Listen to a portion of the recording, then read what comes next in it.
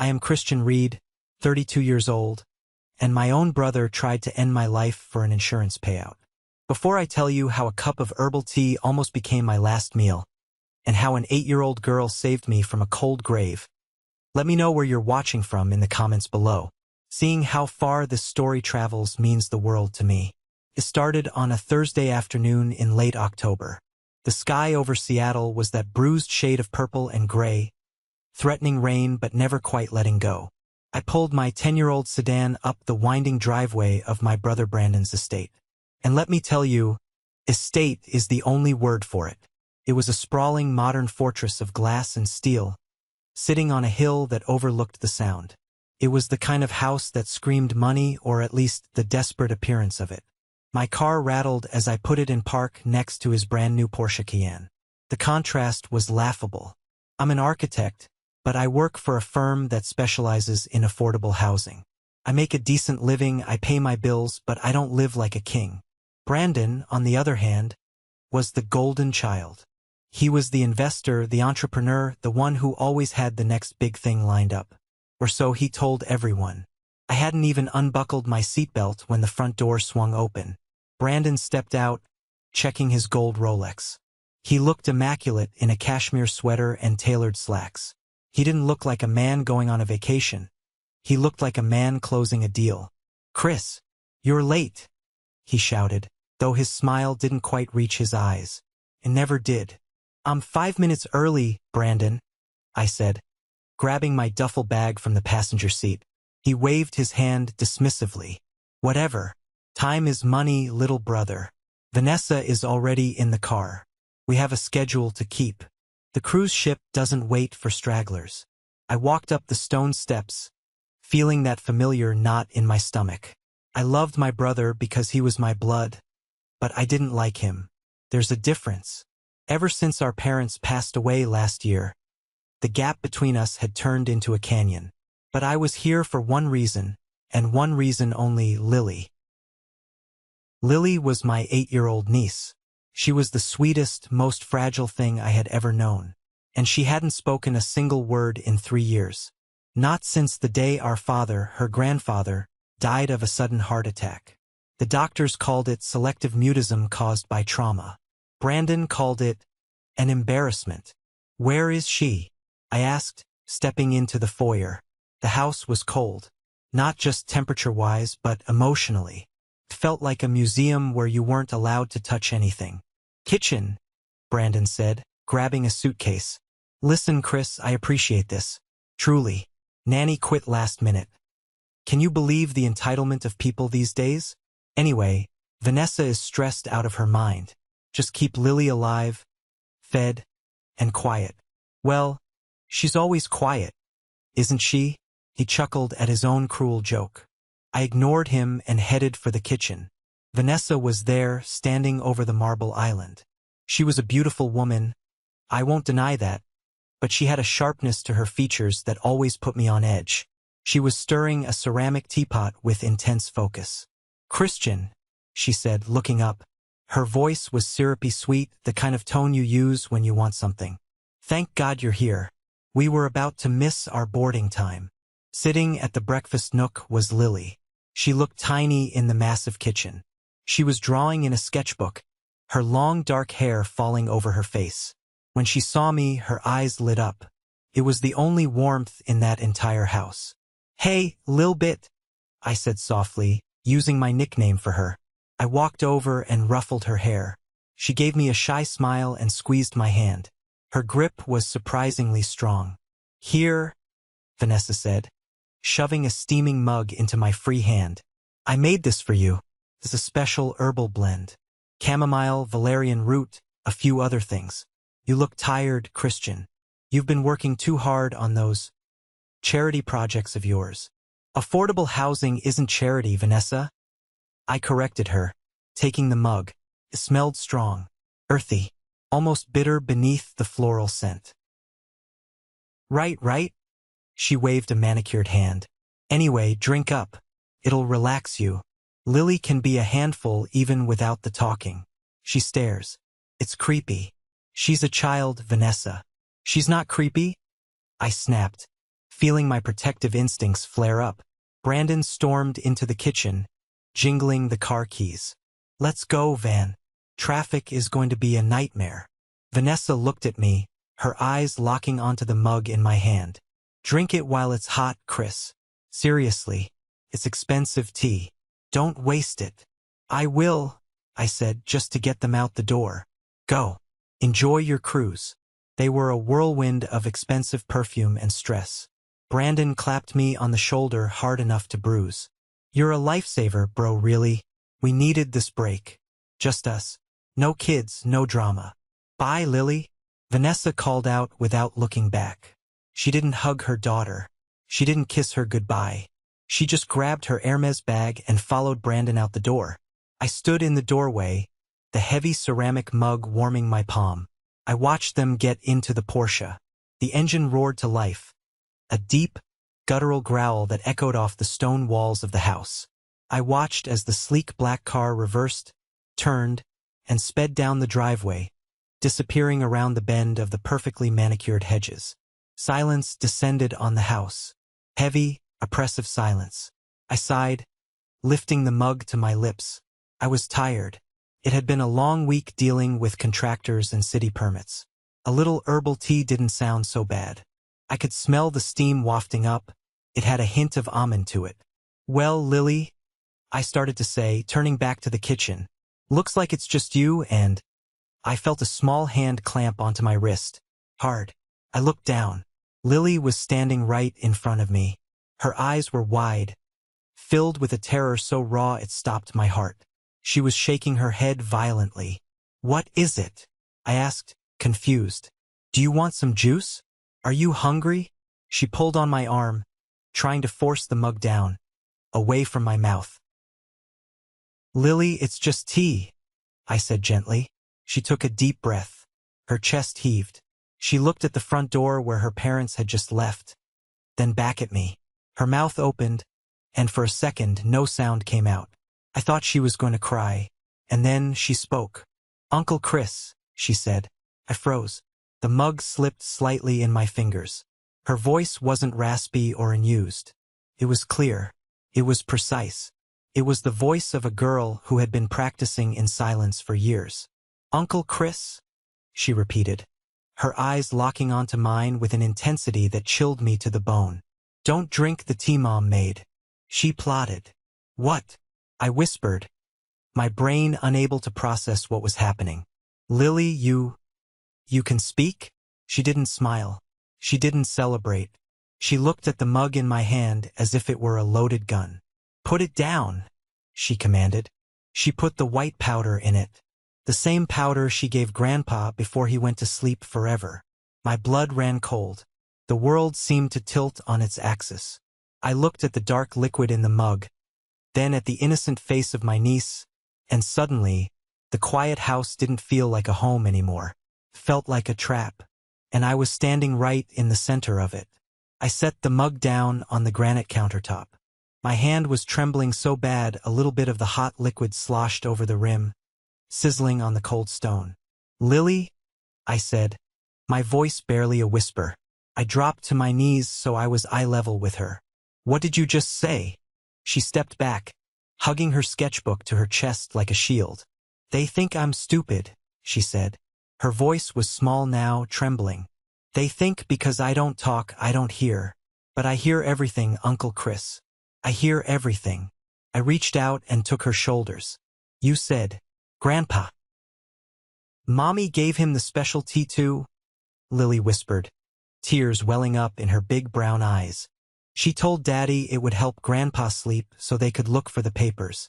But Grandpa never woke up." I felt like I had been punched in the gut. The room spun. I remembered that day. I remembered Brandon calling me, sobbing, saying Dad had passed in his sleep. I remembered Vanessa playing the grieving daughter-in-law, holding onto Brandon's arm at the funeral, looking solemn behind oversized sunglasses. "And the powder?" I asked, forcing myself to breathe. "You saw powder?" "In the pantry, behind the oats. In the little yellow tin," Lily said. "I saw her put it in your cup while you were parking the car. She told Daddy, 1 cup and the problem is solved." Then Daddy laughed and said, "Finally, my brother, my own flesh and blood, the boy I played catch with, the man who stood beside me at our mother's grave. He wanted me dead? Why, Lily?" I asked, my voice cracking. "Why didn't you tell anyone? Why did you stop talking?" Lily looked down at her shoes. Daddy said if I ever told anyone about the powder, or if I ever spoke a word, the bad men would come and take me to a place where there are no windows and no toys. He said I had to be mute. He said if I made a sound, you would die too. She looked up at me, a single tear rolling down her cheek. "I didn't want you to die, Uncle Chris. You're the only one who hugs me." That broke me. It shattered whatever piece of my heart was still holding onto the idea of family. They had terrorized this child. They had murdered our father. And now they were coming for me. I stood up, anger flooding my veins like lava. It replaced the fear. It replaced the shock. It was a cold, calculating rage. I looked at the mug of tea again. It wasn't just a drink anymore. It was evidence. "Lily," I said, my voice steady now, "you are the bravest girl I know. You saved my life. And I promise you, I swear to you, nobody is ever going to hurt you again. But I need you to be strong for a little bit longer. Can you do that?" She nodded fiercely. "Okay, first things first. We need to be sure." I grabbed the mug. I didn't pour it out. I found a clean thermos in the cupboard and carefully poured the tea into it, sealing it tight. Then I grabbed my phone. My hands were shaking, but I managed to dial the one person I trusted with my life outside of this family. Dr. Elena Ross. We had dated in college, and though the romance fizzled, the friendship never did. She was a toxicologist at the state lab now.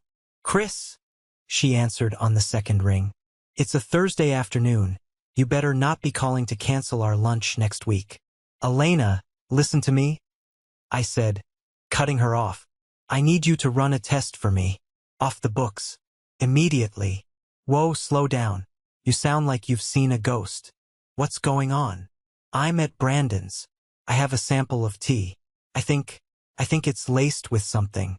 Poison." Silence on the other end. Then her voice turned professional, sharp. "Chris, are you okay? Did you drink any?" "No." Lily stopped me. "Lily? The mute niece." "She's not mute, Elena. It's a long story. Look, I'm coming to you, or I can send a courier. I need to know what's in this." "Don't come here," she said. "If what you're saying is true and it's your brother, you might be watched. I have a portable kit in my car. I'm leaving the lab now. Meet me at the old Starbucks on 4th, the one that closed down. The parking lot is empty."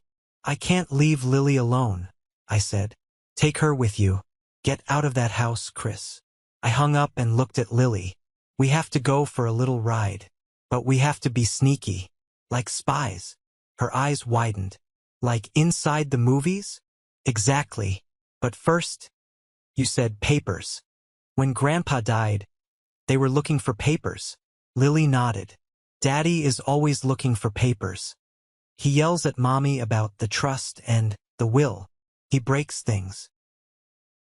Inheritance. It always comes down to inheritance, doesn't it? Dad left a substantial estate. The will was read months ago. Everything was split 50-50ths, or so I thought. Brandon had been the executor. He handled everything with the lawyers. I trusted him. I just signed where he told me to sign.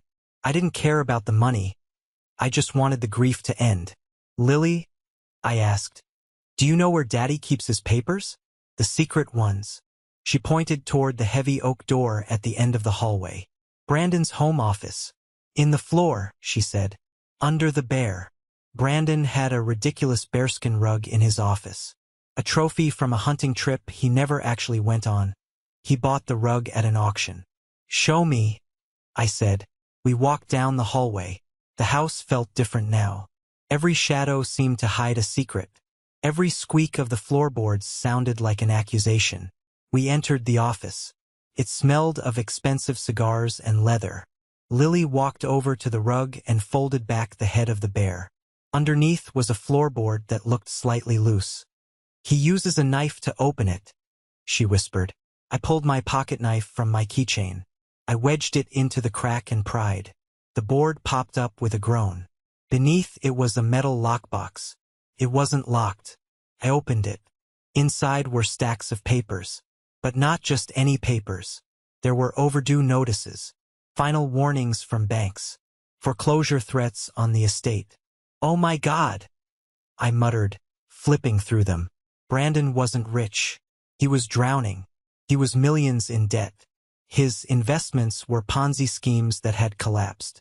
He was broke. And then I saw it. A document at the bottom. Life insurance policy. Insured, Christian Reed. Beneficiary, Brandon Reed. Benefit amount, $5 million.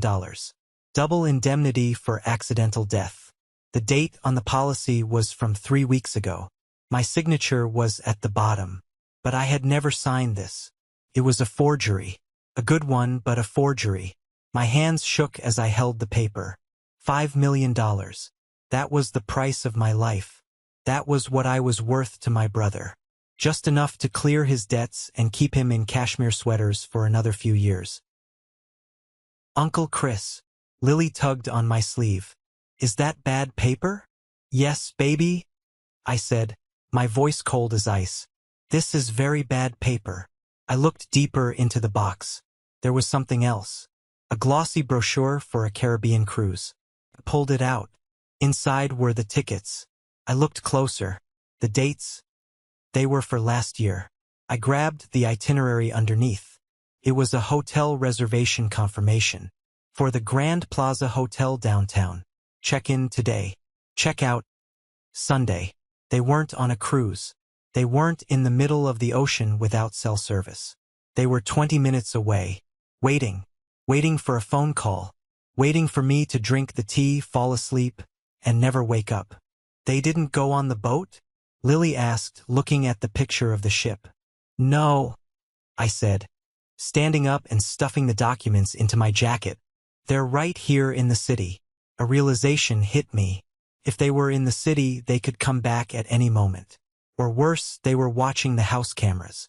I looked up at the corner of the room. A tiny red light blinked on the smoke detector. Lily, I said calmly, though my heart was hammering against my ribs. We need to go. Now. We moved fast. I didn't bother packing a bag. I grabbed the thermos of tea, the stolen documents, and Lily's hand. We exited through the back door, avoiding the main driveway just in case. I loaded Lily into my car, threw a blanket over her in the back seat, and told her to stay low. I drove to the abandoned Starbucks lot to meet Elena. She was already there, her silver Volvo idling in the corner. I jumped out and handed her the thermos through the window. Test it, please. She looked at my face, saw the terror and the rage, and didn't ask questions. She pulled out a portable toxicology kit, strips and reagents she used for field testing. I waited in my car with Lily while Elena worked. 5 minutes felt like 5 years. I kept checking my rearview mirror, expecting to see Brandon's Porsche roaring up behind us. Finally, Elena tapped on my window. I rolled it down. Her face was pale. Chris, she said, her voice grim. It's digoxin. A massive dose. Digoxin? Ideally used for heart failure. Yes, but in high doses it causes cardiac arrest. It mimics a natural heart attack perfectly. If a coroner wasn't looking for it specifically, and given your family history with your dad, they'd rule it natural causes. I finished. Just like Dad. Chris, you need to go to the police. Right now. I can't, I said. Not yet. If I go to the cops now, Brandon has high-priced lawyers. He'll claim I planted it. He'll claim the documents are misunderstandings. He'll claim Lily is mentally unstable. He spent 3 years building that narrative. He'll get bail and he'll disappear, or worse, he'll come back for Lily. So what are you going to do? Elena asked. I need indisputable proof, I said, a plan forming in my mind. A dangerous plan. I need a confession, or I need to catch them in the act. You're not thinking of going back there? I have to. They think I'm at the house drinking tea. If I'm not there, They'll know something is up. They'll run. Chris, that's suicide. No, it's a trap. But this time, I'm setting it. I looked back at Lily. She was drawing in her sketchbook again. She looked up and gave me a thumbs up. Elena, I need a favor. A big one. Can you take this sample to the lab and get an official stamped report? I need it admissible in court. I'll do it, she said. But Chris, be careful. These people are monsters. I drove back to the mansion. My hands were gripping the steering wheel so hard my knuckles turned white. I was driving back into the lion's den. But this time, the lion didn't know I had a spear. When we got inside, I checked the hidden cameras I had spotted earlier. They were simple Wi-Fi cameras. I disconnected the router for exactly 10 seconds, then plugged it back in. It was a glitch, enough to explain why the feed might cut out for a moment, giving me time to set the scene. Lily, I said, I need you to go to your room. Lock the door.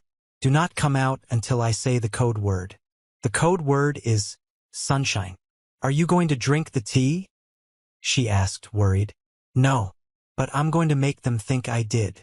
I went to the living room. I poured half the tea down the sink in the wet bar, careful not to splash. Then I took the empty mug and placed it on the coffee table, next to a half-eaten cookie. Then, I took out my phone and typed a message to Brandon. Hey bro, thanks for the tea. It's delicious. Feeling a little groggy though. Think I'm gonna take a nap on the couch. Have fun on the ship. I hit send. Then I lay down on the floor, not the couch. I positioned myself awkwardly, like someone who had collapsed. One arm thrown out, phone near my fingertips. Now the waiting began. Lying on that cold hardwood floor, listening to the silence of the house, was the hardest thing I've ever done. Every minute stretched into an hour. My mind raced. I thought about growing up with Brandon. The times he protected me from bullies. The times we played video games. Was it all a lie? Or did the money just eat his soul? I thought about Vanessa. Her cold eyes. She was the architect of this, I was sure. Brandon was weak, greedy but weak. Vanessa was the one who knew about poisons. She was a pharmacist before she married Brandon. A detail I had forgotten until just now. Ding. My phone buzzed near my hand. A reply from Brandon. Sleep tight, little brother. The cruelty of it almost made me vomit. 30 minutes later, I heard it. The faint rumble of an engine. The Porsche. They hadn't wasted any time. They must have been waiting right around the corner, watching the GPS on my phone or just waiting for the text. The car door slammed. Then another.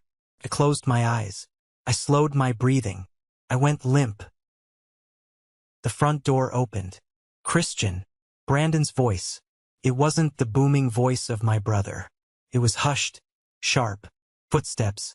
Clicking heels on the marble. Vanessa. He's not on the couch, she hissed. Check the floor, Brandon whispered. They walked into the living room. I felt their presence looming over me. I smelled Vanessa's perfume. Chanel No. 5, tainted with the stench of betrayal. There, Brandon said. His voice wavered slightly. Is he? I felt a shoe nudge my leg. Vanessa. He's out cold, she said. She didn't sound sad. She sounded relieved. She sounded triumphant. Check a pulse. Just to be sure we don't need to use the pillow. The pillow. My God.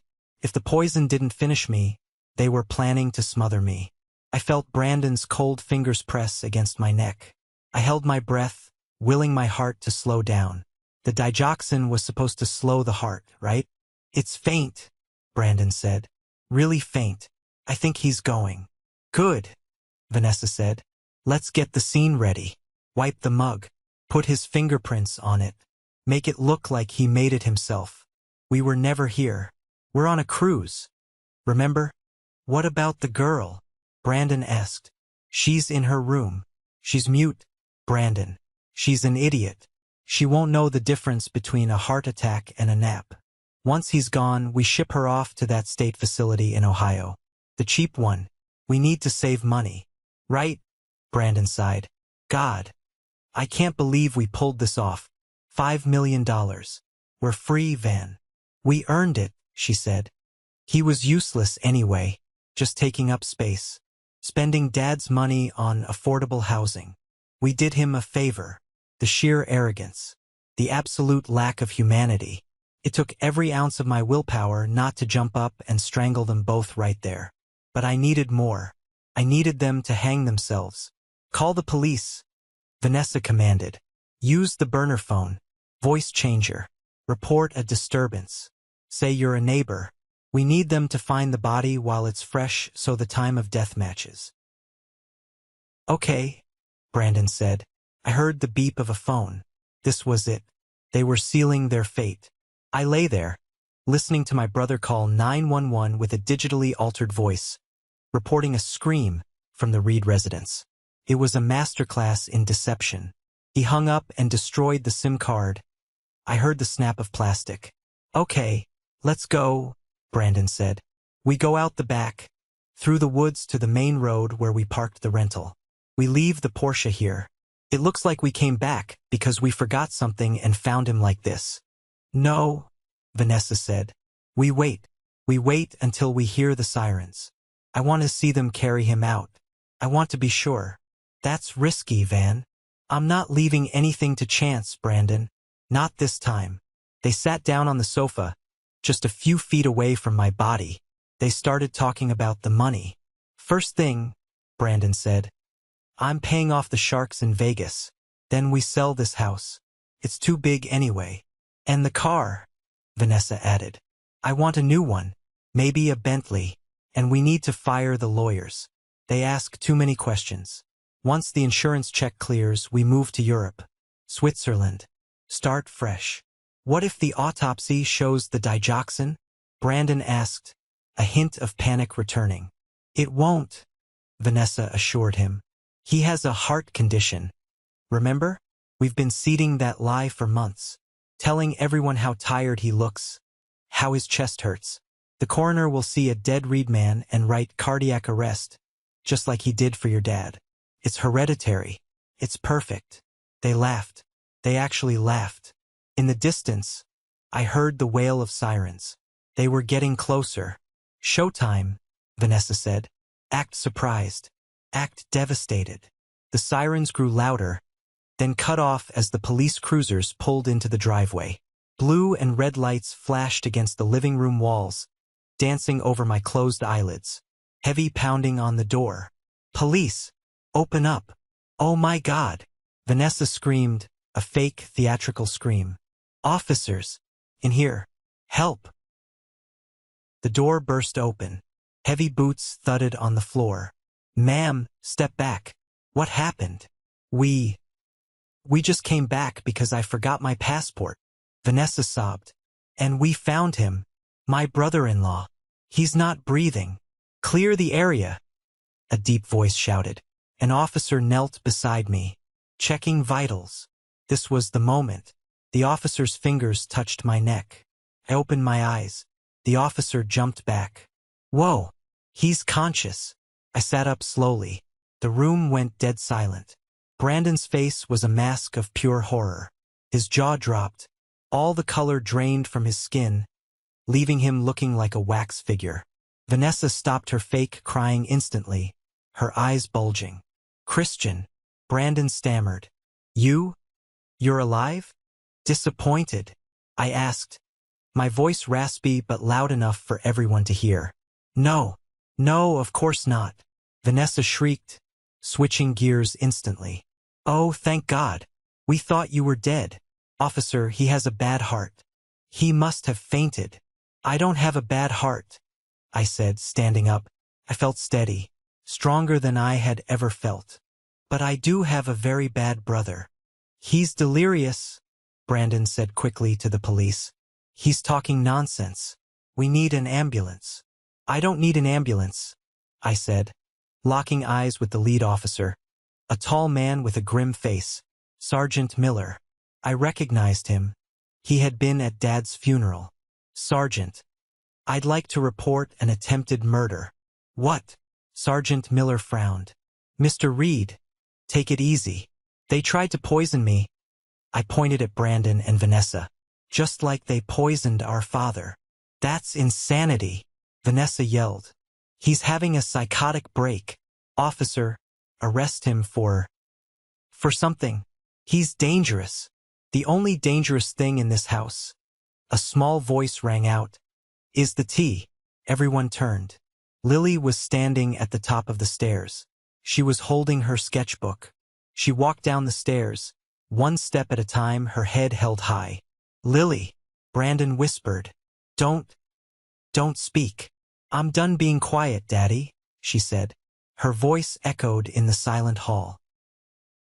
Sergeant Miller looked confused. I thought, isn't she mute? I was pretending, Lily said. Reaching the bottom of the stairs and coming to stand beside me, she took my hand. Because Daddy said he would kill Uncle Chris if I talked. But he tried to kill him anyway. Liar! Brandon roared, lunging toward her. 2 officers tackled him instantly, pinning him to the expensive Persian rug. Get off me! She's a child. She doesn't know what she's saying. Brandon screamed. I have proof, I said calmly. I pulled the documents from my jacket. Here is the fake insurance policy with my forged signature. Here are the fake cruise tickets. And here, I pulled out the official toxicology report that Elena had emailed to my phone just minutes ago. I held the screen up. Is the report from the state lab confirming lethal levels of digoxin in the tea they served me. Vanessa tried to run. She made a break for the back door, her heels clicking frantically. Grab her, Miller shouted. An officer intercepted her, grabbing her arm. She spun around, snarling like a wild animal, scratching at his face. It took 2 of them to cuff her. You idiot! She screamed at Brandon. I told you to use the pillow. I told you. And one more thing, I said. I walked over to the TV and pulled a small remote from my pocket. I knew you wouldn't admit it, so I recorded the last 30 minutes. I pressed play. The massive 80-inch screen came to life.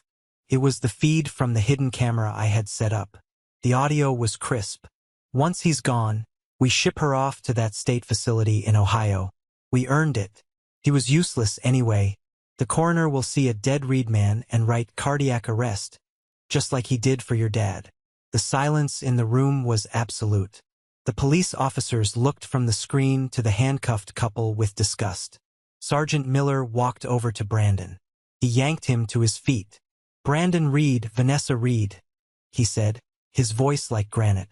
You are under arrest for attempted murder, fraud, and... He looked at the screen where they confessed to killing my father. Suspicion of homicide regarding Harold Reed. Brandon began to weep. Not tears of remorse, but tears of a coward who got caught. It was her idea. It was all Vanessa. She made me do it. You spineless worm.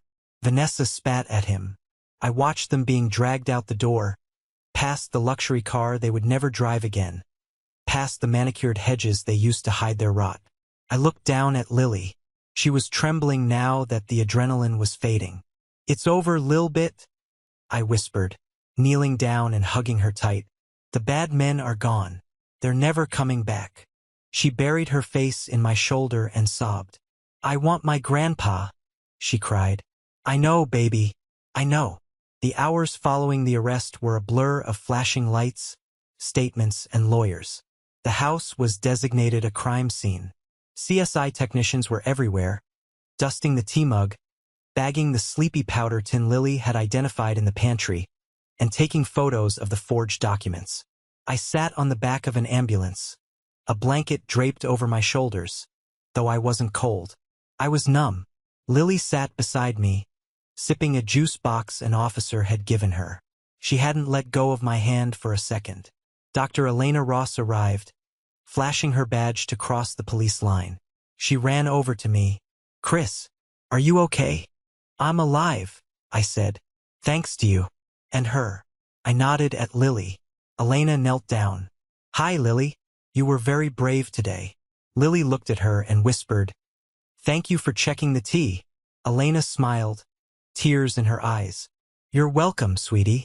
Sergeant Miller walked over holding a plastic bag.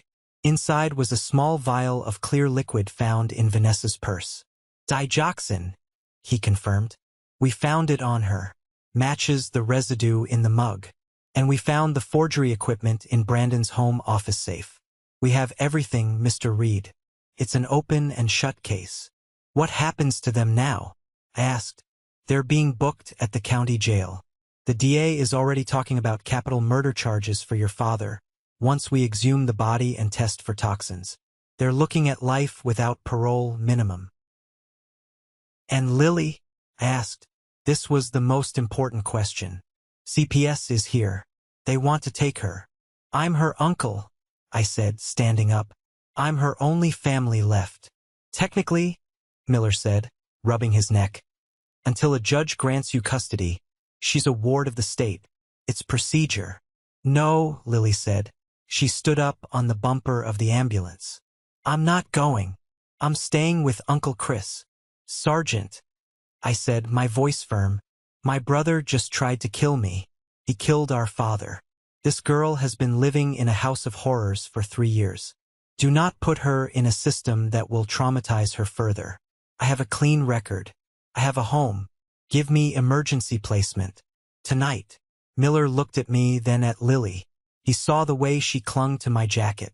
He was a good man. He nodded. I'll talk to the social worker. Given the extraordinary circumstances, I think we can make an exception. I'll sign off on a temporary safety plan. You take her home. I exhaled. A breath I felt like I had been holding for years. Thank you, I said. As we walked toward my battered sedan, leaving the mansion behind, I saw the tow truck hooking up the Porsche. The bank had apparently been alerted immediately. The facade was crumbling. The wealth, the status, the lies, it was all being towed away. I strapped Lily into the back seat. Where are we going? She asked. Home, I said. My house.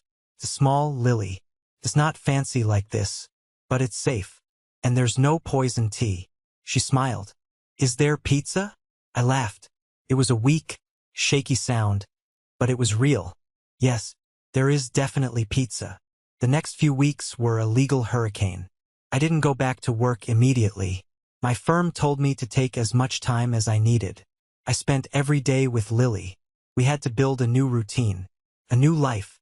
The news broke the story, of course. Millionaire brother plots poison murder. The headlines screamed. They called Brandon the Cain of Seattle. They called Lily the miracle witness. We had to dodge reporters camped out on my small lawn. But inside the house, things were healing. I hired a child psychologist, Dr. Eris, to help Lily. She had a lot to unpack. 3 years of forced silence doesn't just go away. She had nightmares. She would wake up screaming that her mother was coming with the sleepy powder. I would sit by her bed, holding her hand until she fell back asleep. The legal proceedings against Brandon and Vanessa were swift and brutal. They turned on each other instantly. My lawyer, a shark named Sarah who I hired with the remortgage on my house, it was worth every penny, told me the details. Vanessa is claiming coercion, Sarah told me over coffee one morning. She says Brandon beat her and forced her to mix the poison. She's trying to cut a deal for 20 years. And Brandon is singing like a bird. He gave the DA everything. The bank accounts, the hidden debts, the forgery. He admitted that Vanessa planned the whole thing because she didn't want to be poor. He says he was just going along with it to save his marriage. It's pathetic. Will they get out? Never, Sarah said. The toxicology on your father came back yesterday. Positive for digoxin. It's a double homicide investigation now. Plus attempted murder on you. Plus child abuse for Lily. They are going away forever, Chris. I felt a weight lift off my chest. But there was still one battle left. The money. You'd think with Brandon in jail, the estate would just revert to me. But it wasn't that simple. Brandon had drained the accounts. The mansion was underwater. The creditors were circling like vultures. There's nothing left, Chris, Sarah said gently. The inheritance. It's gone. Brandon spent it all or lost it in bad crypto deals. The house will be seized by the bank. You're getting nothing. I looked out the window to the backyard, where Lily was helping me plant a small garden. She was laughing, pointing at a worm. She was wearing dirty overalls and looked happier than I had ever seen her in the $1 million mansion. "I don't care about the money," I said. "I really don't." "Well, that's good," Sarah said, "because you're going to be supporting a child on an architect's salary. It won't be easy." "We'll manage," I said. But the universe works in strange ways. A week later, I received a call from Mr. Henderson, my father's old personal attorney. He was a man of the old school, paper files, mahogany desk, unwavering ethics. He had been pushed aside by Brandon when Dad died, replaced by a flashy corporate firm. "Christian," Mr. Henderson said, "I've been following the news. It's dreadful. Simply dreadful. It's been hard, Mr. Henderson. I need you to come to my office. There is a matter regarding your father's estate that we need to discuss." "There is no estate, sir. Brandon spent it all." "Brandon spent what he knew about," Henderson said cryptically. "Your father was a wise man, Christian. He knew Brandon was reckless. He knew Brandon was greedy. He came to me 2 months before he died. He made a change to his will. A secret codicil." "What kind of change?" "Come to the office. Bring Lily." We went the next day. Henderson's office smelled like old books and peppermint. He sat us down and opened a thick file. "Your father suspected Brandon was stealing from the company," Henderson began. "He didn't want to confront him without proof, and he didn't want to ruin him publicly. But he wanted to protect the family legacy. Specifically, he wanted to protect Lily." Henderson slid a document across the desk. "Your father created a separate trust, the Lily Reed Trust. He moved the bulk of his liquid assets, stocks, bonds, the offshore accounts, into this trust before he died. Brandon saw the operating accounts and the house, and he thought that was everything. He was fighting for crumbs." "How much is in the trust?" I asked. Henderson adjusted his glasses. $12 million. And it is designated for Lily's education and care, with you named as the sole trustee and guardian." I sat back in the chair, stunned. Dad knew. He knew all along. He had protected us from the grave. "Brandon killed him for nothing," I whispered. "He killed him for money that he couldn't even touch. Greed makes men blind," Henderson said. "This money, it will ensure Lily never has to worry. And it includes a stipend for the guardian. You won't have to struggle, Christian." I looked at Lily. She was drawing on a piece of legal paper. She drew a house. Not the scary mansion, but my little house. She drew 2 stick figures holding hands. One big, one small. "Lily," I said, "Grandpa left you a present." She looked up. "A toy." "Better," I smiled. "A future." We left the office and walked out into the sunshine. For the first time in months, the Seattle sky was clear. A brilliant, piercing blue. We walked to the car, and I saw a familiar face. It was Vanessa's mother, a woman as cold as her daughter, standing by the parking meter. She looked disheveled. "You took everything," she screamed when she saw us. "You ruined my daughter's life." I stopped. I put Lily behind me. "Your daughter ruined her own life," I said calmly, "and she tried to end mine. Go home, Brenda, before I file a restraining order against you too."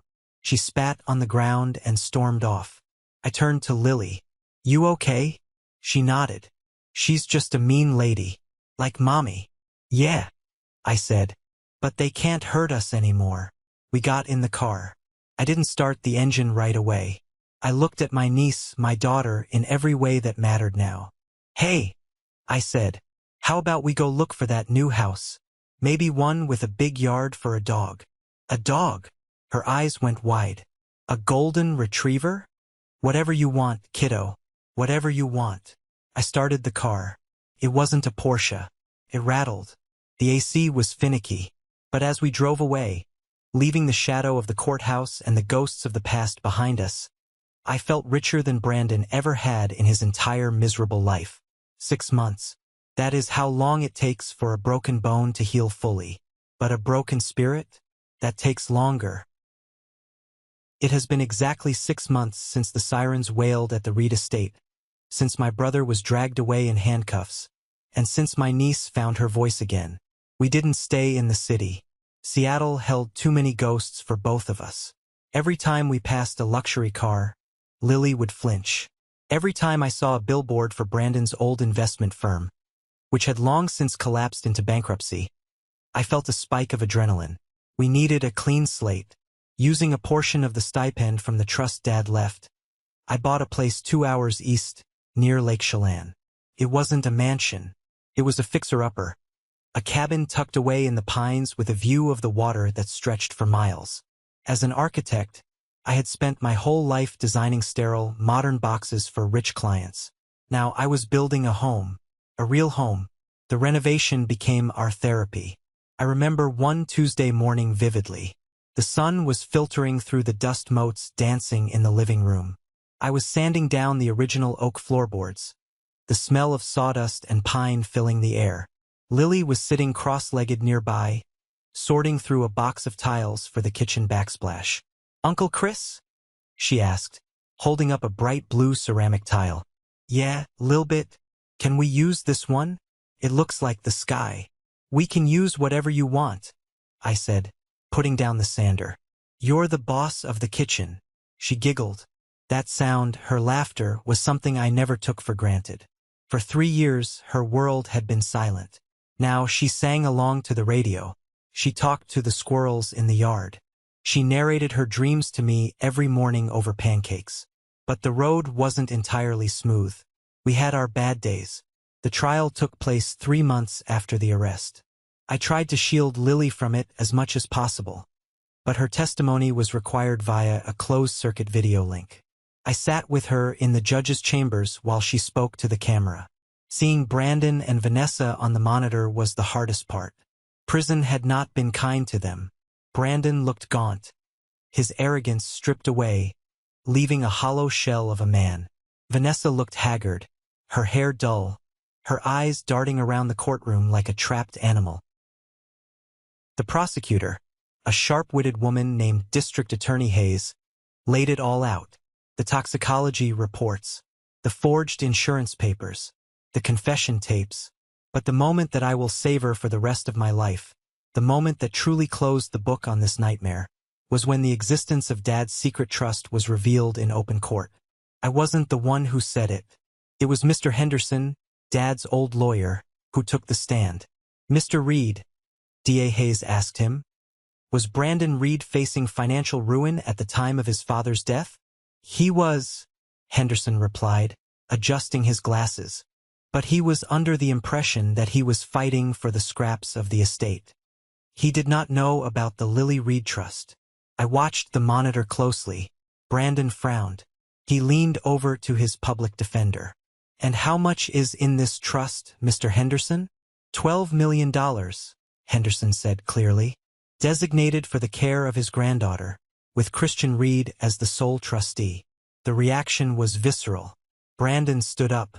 He actually stood up in the middle of the court, ignoring the bailiffs. "What?" he screamed, his voice cracking. $12 million? He had $12 million. "Sit down, defendant," the judge barked. "I killed him for a house with a mortgage," Brandon yelled, his face turning a blotchy red. "I did everything for nothing. He had $12 million. He looked at Vanessa. She was staring at the table, shaking her head. The realization hit them both at the same time. Their greed hadn't just made them murderers. It had made them fools. If they had just been decent human beings, if they had treated Lily with love, if they hadn't tried to kill me, I would have helped them. Dad would have helped them. Instead, they were going to rot in a cell, knowing that the fortune they craved was sitting in an account with Lily's name on it, completely out of their reach. The jury deliberated for less than 2 hours. Guilty, on all counts. First-degree murder for our father. Attempted first-degree murder for me. Child endangerment. Fraud. Forgery. The judge showed no mercy. "You are predators," she told them at sentencing. "You preyed on the elderly and the vulnerable. You silenced a child to cover your sins. You are sentenced to life in prison without the possibility of parole." When the gavel banged down, I felt a physical release in my chest. like a tight band snapping. I looked at Lily. She wasn't looking at the screen. She was coloring in her book. "It's over, honey," I whispered. "They're gone." She looked up, her eyes clear. "Good. Can we get the dog now?" I laughed, tears streaming down my face. "Yes, we can get the dog." We drove straight from the courthouse to the shelter. We didn't get a purebred show dog.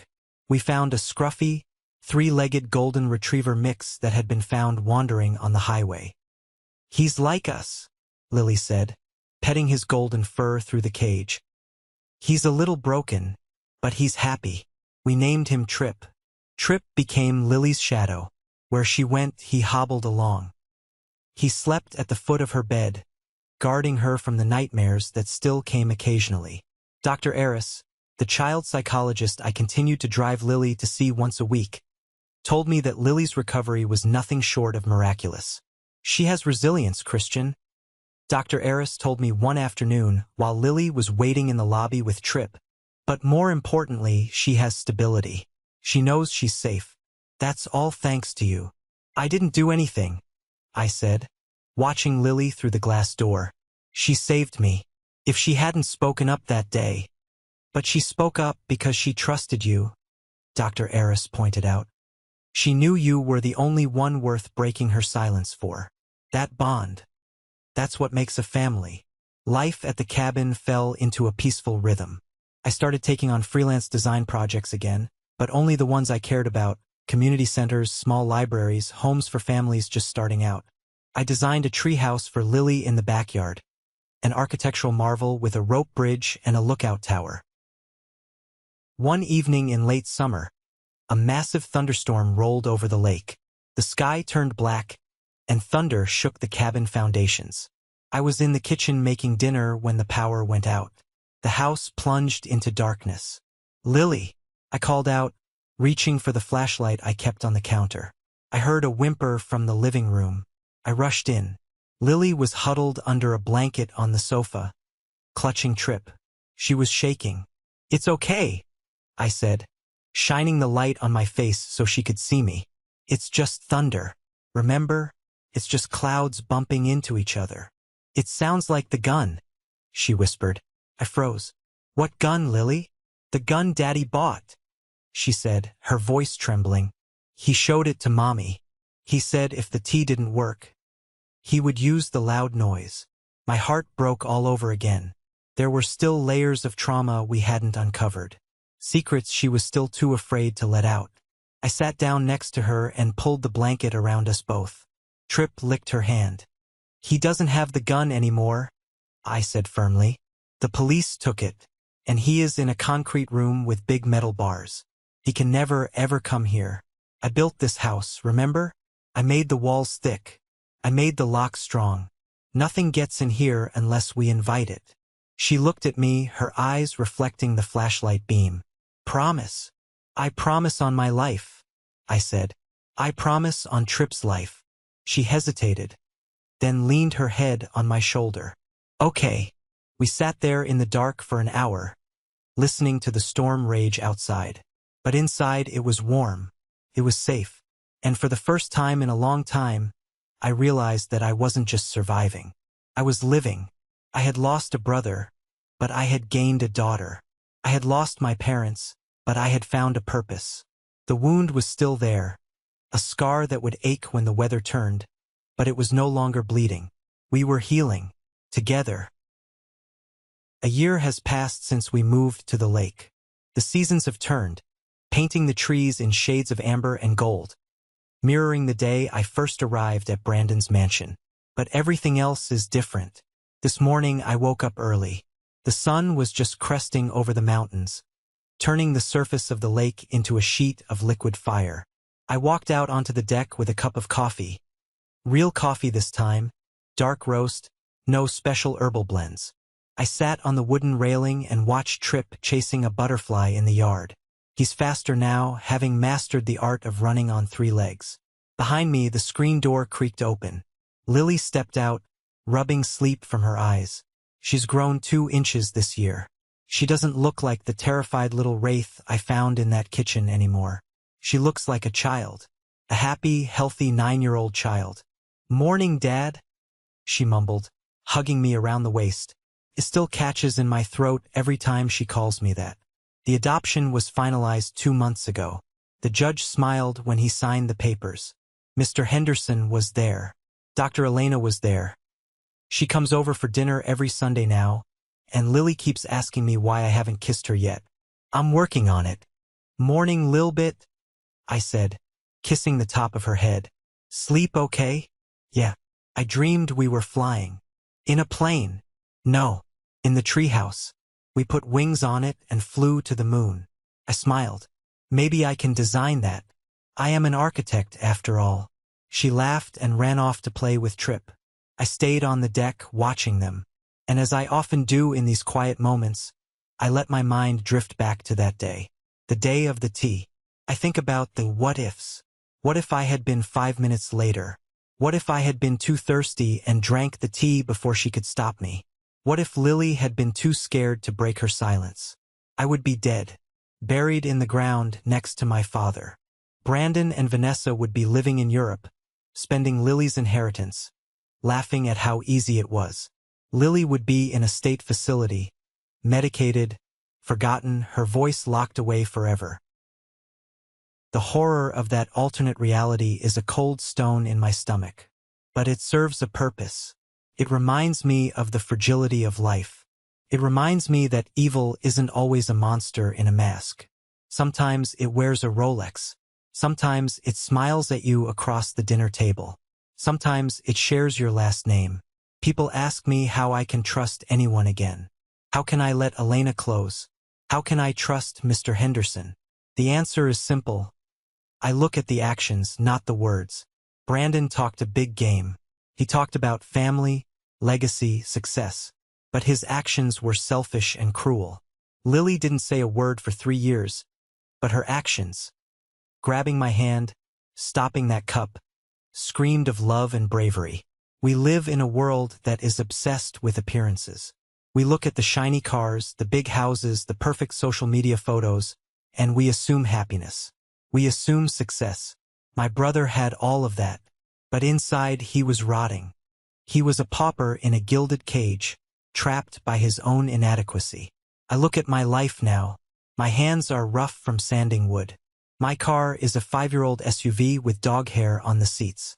My bank account is healthy, thanks to Dad. But we don't live extravagantly. We give a lot away.